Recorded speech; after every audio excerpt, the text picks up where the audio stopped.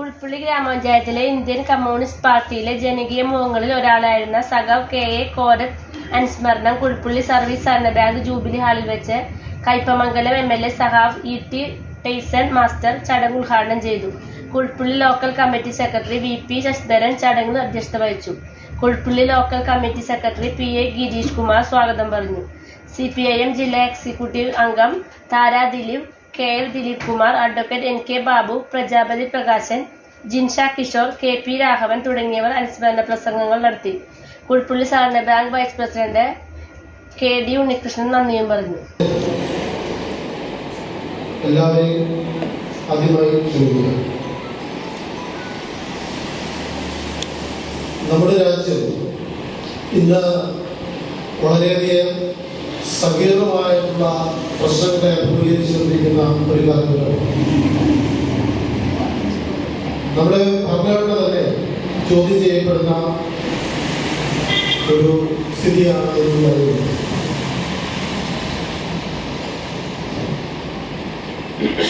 Indian ഭരണഘടന എന്ന് പറയുന്നത് ലോക രാജ്യങ്ങൾ തന്നെ നോക്കിക്കാണുന്ന ഒരു ലിഖിത ഭരണഘടന. ആ ഭരണഘടനയിൽ തന്നെ മാറ്റം വരുത്താൻ ഇന്നത്തെ ദേശീയ രാഷ്ട്രീയ കൈകാര്യം ചെയ്യുന്ന BJP സർക്കാർ ശ്രമിക്കുകയാണ്.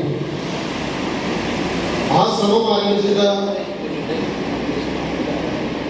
5-10 വർഷങ്ങളോളമായി. അതിന്റെ ഒരു പരിണിത ഫലം എന്ന് പറയുന്നത് ഈ കഴിഞ്ഞ 2024 തെരഞ്ഞെടുപ്പോടുകൂടിയാണ്. ആ തെരഞ്ഞെടുപ്പിൽ ആ രാഷ്ട്രീയം മുന്നോട്ട് വെച്ചത് 4-3 അംഗങ്ങളെ ഞങ്ങൾക്ക് തരണമെന്ന് പോകാൻ. അത് എന്തിനായിരുന്നു എന്ന് ചിന്തിക്കുക വളരെ കുറവായിരുന്നെങ്കിലും അങ്ങനെ സംഭവിച്ചില്ല. എന്തുകൊണ്ടാണ് അത്തരത്തിലുള്ള ഒരു ആവശ്യം ജനങ്ങൾക്ക് മുമ്പിൽ അവതരിപ്പിച്ചത്? അത് വളരെ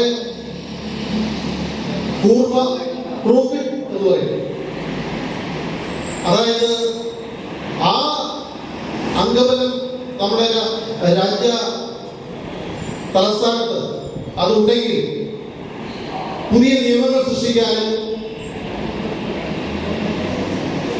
ആ നിയമങ്ങൾ ഉണ്ടാക്കുന്നതിനുള്ള സാങ്കേതികത്വം നിലനിർത്താൻ കഴിയും. ആ ഒരു സാഹചര്യത്തിന് വേണ്ടിയിട്ടായിരുന്നു അങ്ങനെ ഒരു ആവശ്യം ഉന്നയിക്കപ്പെട്ടത്. തത്ഫലം 2024 തെരഞ്ഞെടുപ്പോടുകൂടി അവര് കേവല ഭൂരിപക്ഷത്തിൽ കണ്ടെത്തിയത് വളരെ കഷ്ടിച്ചാണ്. അതുകൊണ്ട് തന്നെ പുതിയ നിയമനിർമ്മാണങ്ങളൊന്നും നടത്താൻ കഴിയാത്ത സ്ഥിതിയാണ്. പിന്നെ എങ്ങനെയാണ് അവരുടെ ആശയങ്ങൾ മുന്നോട്ട് പോവുക? അപ്പോഴാണ് ഇപ്പൊ നമ്മുടെ ആഭ്യന്തരമന്ത്രി ഉൾപ്പെടെ കേന്ദ്ര ആഭ്യന്തരമന്ത്രി ഉൾപ്പെടെയുള്ളവരുടെ പല പരാമർശങ്ങളും പല വേദികളിൽ നടന്നുകൊണ്ടിരിക്കുന്നു. നമ്മുടെ ഭരണഘടനാ ശില്പിയായിട്ടുള്ള ഡോക്ടർ അംബേദ്കറെ അവഹേളിക്കുന്ന തരത്തിലുള്ള പ്രസ്താവനകൾ നടത്തുക. അതേപോലെ തന്നെ നമ്മുടെ രാഷ്ട്രപിതാവെന്ന് പറയുന്ന മഹാത്മാഗാന്ധിയെ അദ്ദേഹത്തിന്റെ സേവനങ്ങളെ കുറച്ചു കാണുക. അതിന് മഹത്വവൽക്കരിക്കുന്നതിന് പകരം അതില്ലാതാക്കുക എന്നുള്ള ഉദ്ദേശത്തോടുള്ള പ്രവർത്തനങ്ങൾ ആരംഭിച്ചു. അതുപോലെ തന്നെ നമ്മുടെ സംസ്ഥാനങ്ങൾക്ക് ആ കേന്ദ്രം ഭരിക്കുന്ന അവർ ആ ഗവൺമെന്റ് രാഷ്ട്രീയം ഇല്ലാത്ത സംസ്ഥാനങ്ങളിലേക്കുള്ള അവർക്കെതിരായിട്ടുള്ള തീരുമാനങ്ങൾ എടുക്കുന്നു.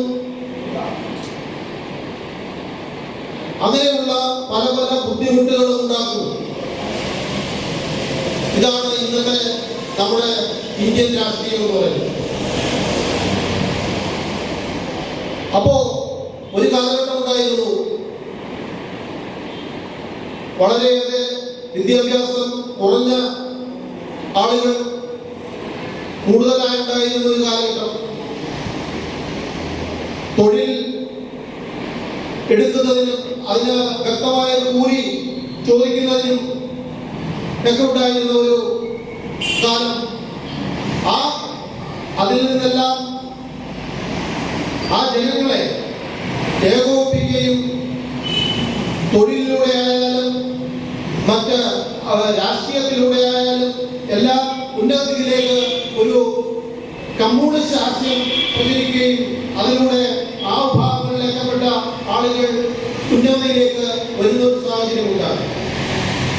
ഈ കാലഘട്ടങ്ങളിലൊക്കെയാണ് പ്രവർത്തിച്ചിരുന്ന നമ്മുടെ മുൻപ് ഞാൻ പറഞ്ഞതുപോലെ പ്രവർത്തിച്ചിരുന്ന ഇതിനെതിരെ പോരാടിയ ഒട്ടനേകം സഖാക്കളുടെ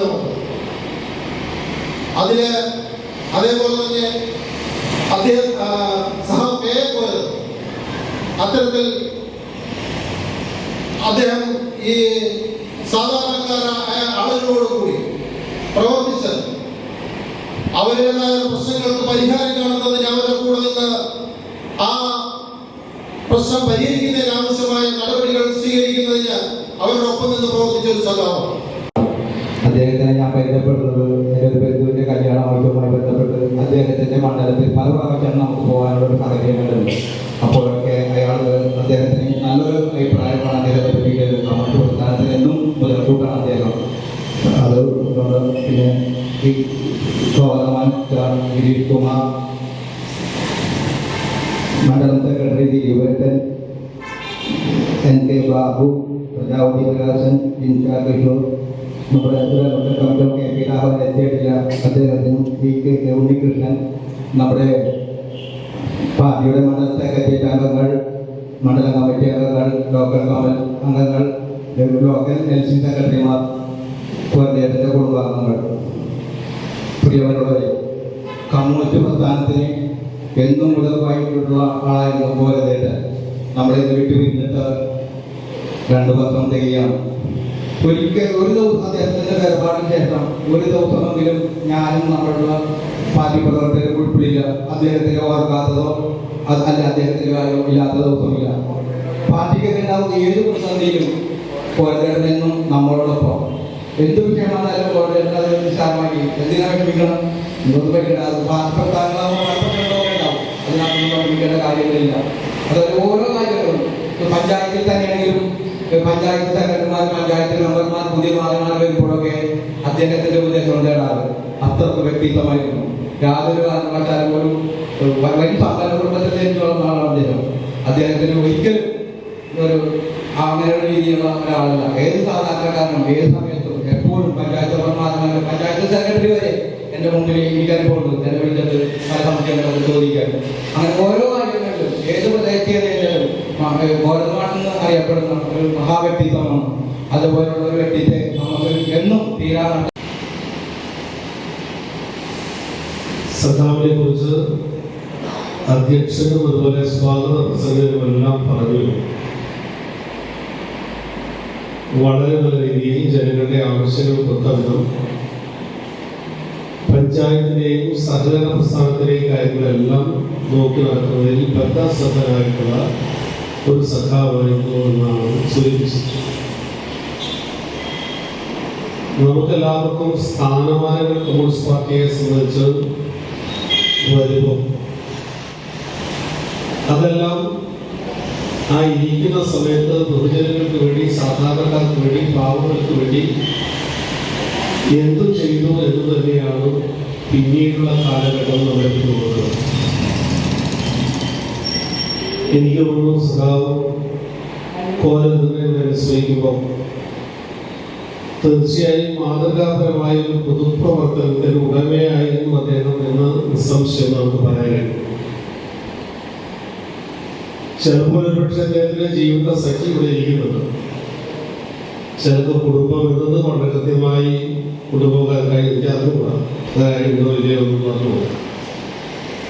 പല പലപ്പോഴും പൊതുപ്രവർത്തകർക്കൊക്കെ ഉണ്ടാകുന്ന ഒരു പ്രശ്നം, പൊതുവെയുള്ള കാര്യങ്ങളെല്ലാം നോക്കുമ്പോൾ കുടുംബകാര്യങ്ങൾ അത്രമാത്രം സമയം ഉണ്ടായിരുന്നുവോ ഞാൻ നേരിട്ട് അറിയാത്തതുകൊണ്ട് എനിക്കത് പറയുന്നത്. ചിലപ്പോൾ അങ്ങനെ ഇല്ലാതിരുന്ന ഒരുപാട് സഖാക്കളെ കുറിച്ച് നമ്മൾ കേൾക്കുന്നു. കമ്മ്യൂണിസ്റ്റ് പാർട്ടി അത്തരം ധീരരായ സഖാക്കൾക്ക് ജന്മം കൊടുത്ത പ്രസ്ഥാനമാണ്. അതിന് നമുക്ക് ചരിത്രത്തിന്റെ ചെറിയ പേജുകൾ ഇങ്ങനെ വല്ലാതെ തോന്നുമ്പോൾ അത്തരം ഒരുപാട് ആളുകളെ സൃഷ്ടിക്കപ്പെടും.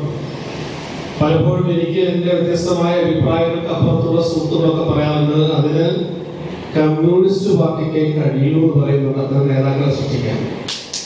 അതങ്ങനെ അങ്ങനെ വ്യത്യസ്തമായ ആളുകളെ സൃഷ്ടിക്കാൻ. സഖാവ് കോരതെന്ന് പറയുന്നത് അത്തരം ഒരു ഗണത്തിൽപ്പെട്ടതാണെന്ന് ഞാൻ ഉറച്ചു വിശ്വസിക്കുന്നു. ഇവിടെ വേദിയിൽ നിന്ന് ഇവിടെ സൂചിപ്പിച്ചു, ജനകീയ ആസൂത്രണ പ്രസ്ഥാനം രൂപപ്പെട്ടപ്പോൾ ഇവിടെ കുഴപ്പള്ളി പഞ്ചായത്തിന് ആസൂത്രണ പ്രക്രിയയുടെ കൈപിടിച്ച് കൊണ്ടുപോകുവാൻ അതിനാവശ്യമായിട്ടുള്ള പദ്ധതി നിർദ്ദേശങ്ങളെ നിർവഹണം, ഗ്രാമസഭ, അതിനാവശ്യമായിട്ടുള്ള പ്രൊജക്ട്, BLAC, നിരവധിയായിട്ടുള്ള സംഭവങ്ങൾ. ആ സംഭവങ്ങളെല്ലാം വളരെ കൃത്യമായ നിലപാട് സ്വീകരിച്ച് മുമ്പോട്ട് പോയിട്ടുള്ള സഖാവാണ്. അതുകൊണ്ട് തന്നെ നമ്മുടെ പാർട്ടി ഇവിടെ അദ്ദേഹത്തെ അനുസ്മരിക്കുമ്പോൾ ഒരു മാതൃകാ പുരുഷനെ സംബന്ധിച്ച്, ഒരു കമ്മ്യൂണിസ്റ്റുകാരൻ എങ്ങനെയായിരിക്കും എന്നതിനെ സംബന്ധിച്ചു കൂടിയുള്ള സ്മരണയായി ഞാനിത് കാണുകയാണ്. പ്രിയമുള്ളവരെ, നമ്മൾ ഈ അനുസ്മരണ സമ്മേളനം സംഘടിപ്പിക്കുന്ന സമയം നമുക്കറിയാം, നമ്മുടെ സമ്മേളനങ്ങളുടെ കാലഘട്ടമാണ്. സമ്മേളനങ്ങളെല്ലാം നടന്നുകൊണ്ടിരിക്കുകയാണ്. നമ്മുടെ സമ്മേളനം അവസാനം പാർട്ടി കോൺഗ്രസ് പഞ്ചാബില് ഛത്തീസ്ഗഡിൽ വെച്ച് ചണ്ഡീഗഡിൽ വെച്ച് നടക്കുന്ന വരെയുള്ള നിമിഷങ്ങളായി കടന്നു പോകാനിരിക്കുന്നു. എന്ന് പറഞ്ഞാൽ കമ്മ്യൂണിസ്റ്റ് പാർട്ടി അടിപൊളി അതിന്റെ നയങ്ങളും എടുക്കുന്ന തീരുമാനങ്ങളെ സംബന്ധിച്ച് ഏറ്റവും താഴെത്തട്ടിലുള്ള പ്രവർത്തകർ ഉൾപ്പെടെ വിശകലനം ചെയ്യാനുള്ള സമയമാണ് വരുന്നത്. ആ സമയം എന്ന് പറയുന്നത് തീർച്ചയായും സഖാവിനെ പോലുള്ള ആളുകളുടെ അഭിപ്രായങ്ങൾ, ചിലപ്പോൾ പക്ഷേ അദ്ദേഹം നേരത്തെ ചെയ്ത 2 കൊല്ലത്തോ മുമ്പോ ഒക്കെ ചെയ്ത പ്രവർത്തനങ്ങൾ ഉൾപ്പെടെ കടന്നു വരുമെന്ന് തന്നെയാണ് ഞാൻ മനസ്സിലാക്കുന്നത്.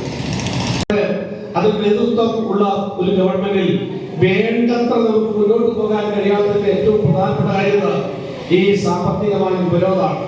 ആ ഉപരോധത്തിന്റെ അവസാനം നമ്മൾ പറഞ്ഞു അല്ലെ, GST നമുക്കുള്ള പൈസ തന്നോ, നമുക്ക് അർഹതപ്പെട്ടു തന്നോ? GST തന്നില്ല. അതിനുശേഷമുള്ള വലിയ പദ്ധതികൾ സംബന്ധിച്ച് തന്നോ? ആ പദ്ധതികളെല്ലാം മാറ്റിവെച്ചു. ഇനി അത് പോകട്ടെ. ഏറ്റവും അവസാനം നമ്മൾ പറഞ്ഞു, നമുക്ക് കടമെടുക്കാനുള്ള ഒരു ശേഷിയെങ്കിലും രൂപീകരിക്കുന്നത് തരണം. കടമെടുത്താൽ ആരാ കൊടുക്കുന്ന പൈസ? കേരളം കടമെടുത്താൽ കേരളം തിരിച്ചു കൊടുക്കും, കേന്ദ്ര ഗവൺമെന്റ് കൊടുക്കണമില്ല. പക്ഷെ അതിനുപോലും അവസരം നൽകാതെ എന്താ കാരണം? ഇവിടെ ഒരു താമരയില്ല, ഒരു MLA ഇല്ല. അതുകൊണ്ട് തന്നെ നിയമസഭ ഗവൺമെന്റിനെ സംബന്ധിച്ചിടത്തോളം ഇവരെ എങ്ങനെ പ്രശ്നത്തിലാക്കാൻ കഴിയും? അതുകൊണ്ട് തന്നെ മറ്റുള്ള എല്ലാ മേഖലയിലും നമ്മുടെ പെൻഷൻ കൊടുക്കുന്നതിലും വീഴ്ച വരുന്നു. അതുപോലെ ബന്ധപ്പെട്ട സിവിൽ സപ്ലൈസ് അതിന്റെ പ്രവർത്തനങ്ങളിൽ വീഴ്ച വരുന്നു. നാം ആഗ്രഹിക്കുന്ന KSRTC മുന്നോട്ട് കൊണ്ടുപോകാൻ അങ്ങനെ എല്ലാ മേഖലയും പണത്തിന്റെ പ്രശ്നം കൊണ്ട് പ്രശ്നമുണ്ടാകണം. അങ്ങനെ പ്രശ്നമുണ്ടായാൽ അതിന്റെ ലാഭം ആർക്കുണ്ടാകണം? എനിക്കുണ്ടാകണം എന്ന കാര്യത്തിലാണ് ഇപ്പൊ BJP ശ്രമിക്കുന്നത്. അപ്പൊ അത്തരം കാര്യങ്ങളൊക്കെ ജനത്തിന് നന്നായി അറിയാം. ജനം നന്നായി ഇക്കാര്യങ്ങൾ ശ്രദ്ധിക്കുന്നുണ്ട്. ഇക്കാര്യങ്ങൾ ശ്രദ്ധിക്കുമ്പോൾ തന്നെ നമുക്കറിയാം, ഇതൊരു ഇടതുപക്ഷ ജനാധിപത്യ മുന്നണി വലിയ രീതിയിൽ നമ്മുടെ പ്രശ്നങ്ങൾ അതിജീവിച്ചു വന്ന മുന്നണി. എക്കാലത്തും ഏതെല്ലാം തരത്തിലുള്ള വലിയ ആളുകളോട്, വലിയ മുതലാളിമാരോട്, സാമ്രാജ്യത്വ ശക്തികളോട് എഴുതിയിട്ട് മുമ്പോട്ട് ഒരു മുന്നണി. അതുകൊണ്ട് തന്നെ അതിനൊക്കെ മറികടക്കാൻ കഴിയുന്ന ആത്മവിശ്വാസത്തിലാണ് നമ്മൾ മുന്നേറുന്നത്. ഗോശ്രീവിഷൻ എന്ന് പറയുന്ന ചാനൽ നിരവധിയായിട്ടുള്ള സാമൂഹ്യ പ്രശ്നങ്ങളെ പൊതുസമൂഹത്തിൽ ഉയർത്തിക്കൊണ്ടുവരുന്ന ഒരു ചാനലാണ്. നമ്മുടെ പത്ര-ദൃശ്യമാധ്യമങ്ങളിൽ ജനങ്ങളെ സ്വാധീനിക്കാനുള്ള നല്ല ശക്തി ഉണ്ടെന്ന് നമുക്കൊക്കെയുള്ള തിരിച്ചറിവുണ്ട്. ആ ശേഷി നന്നായി വിനിയോഗിക്കാൻ ഗോശ്രീ ചാനലാകട്ടെ എന്ന് ആത്മാർത്ഥമായി ആഗ്രഹിക്കുന്നു. അതിനാവശ്യമായിട്ടുള്ള എല്ലാ പ്രവർത്തന പരിപാടികളും പുതുതായി ഏറ്റെടുക്കാൻ ഈ ചാനൽ കഴിയട്ടെ എന്ന് അസത്തിൽ കമ്മ്യൂണിസ്റ്റ് പാർട്ടിയിൽ വന്ന് 2000-ന് ശേഷം ആയിരിക്കും എന്നാണ് വിചാരിക്കുന്നത്. എന്ന് പറഞ്ഞാൽ കമ്മ്യൂണിസ്റ്റ് പാർട്ടിയിലെ 2ാം തലമുറ അല്ലെങ്കിൽ 3ാം തലമുറ എന്നുള്ള നിലയിലാണ് സഖാക്കൾ പ്രവർത്തിക്കുന്നത്. അപ്പോൾ അതിൻ്റെതായ പരിമിതികളും പ്രശ്നങ്ങളും എവിടെയുണ്ട്? കമ്മ്യൂണിസ്റ്റ് പാർട്ടിയുടെ മണ്ഡല സെക്രട്ടറി വേറെ